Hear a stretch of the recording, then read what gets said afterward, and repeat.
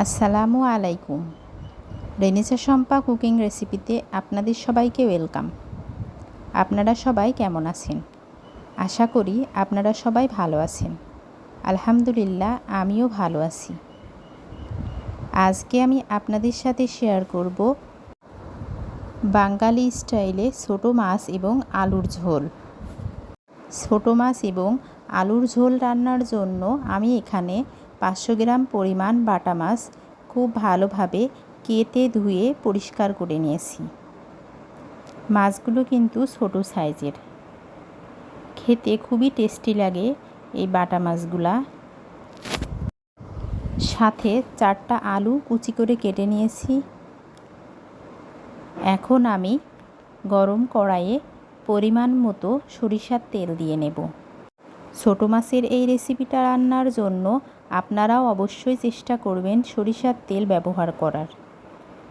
তেল গরম হয়ে এসেছে, এখন আমি 4টা পেঁয়াজ কুচি করে কেটে নিয়েছি, সেটা দিয়ে দেব।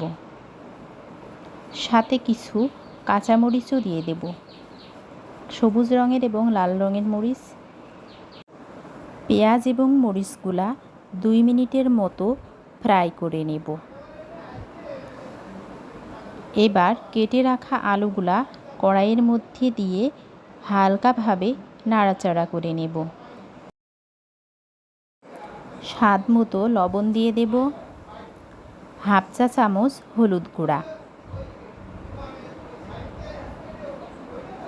হাফ চা চামচ মরিচের গুঁড়া,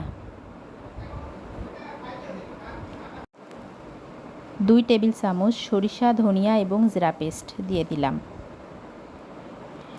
এটাকে খুব ভালোভাবে কষিয়ে নেব। কষানো হয়ে গিয়েছে, এখন আমি বাটা মাছগুলা দিয়ে দিলাম। মাছগুলা দেওয়ার পর খুব বেশি কিন্তু নাড়াচাড়া করা যাবে না, তাহলে মাছগুলা ভেঙে যেতে পারে।